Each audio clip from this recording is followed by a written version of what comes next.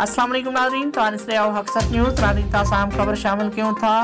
नोशहरोफिरोज का जिथे गोठ निज़ामुद्दीन परवर जे रहवासी पारां पुलिस हथां 2 ॼणनि खे खंबे गुम करे पीउ जा कातिल गिरफ़्तार न करण ख़िलाफ़ एहतिजाजी मुज़ाहिरो कयो वियो।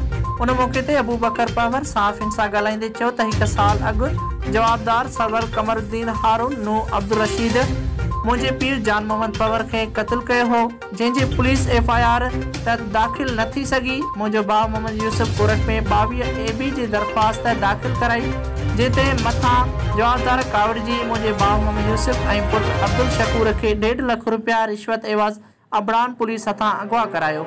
अबड़ान पुलिस मार्फत न्यू जतोई पुलिस हथां तरादू मुक़ाबले ॼाणाए मोहम्मद यूसुफ खे चालान करायो आहे, जॾहिं त मुंहिंजो पुट अब्दुल शकूर अञा ताईं गुम आहे। उन्हनि चयो त पुलिस जे जवाबदार मूंखे ऐं मुंहिंजे घर भातियुनि खे अगवा कराए माण्हुनि ऐं कूड़नि केसनि में फासाइण जूं धमकियूं ॾेई रहिया आहिनि। हुननि IG Sindh DIG Nawab Shah SSP नोशहरोफिरोज ऐं ॿियनि वसवारनि खां मुतालबो कयो त खंबे गुम कयल नौजवान खे ज़ाहिर करे असांखे तहफ़ुज़ ॾेई पुलिस जी ज़ातियुनि जो नोटिस वरितो वञे। रिपोर्ट करियो आहे नोशहरोफिरोज खां रिपोर्टर बयरोचीफ मंظورमलक, हक़सत न्यूज़ नोशहरोफिरोज।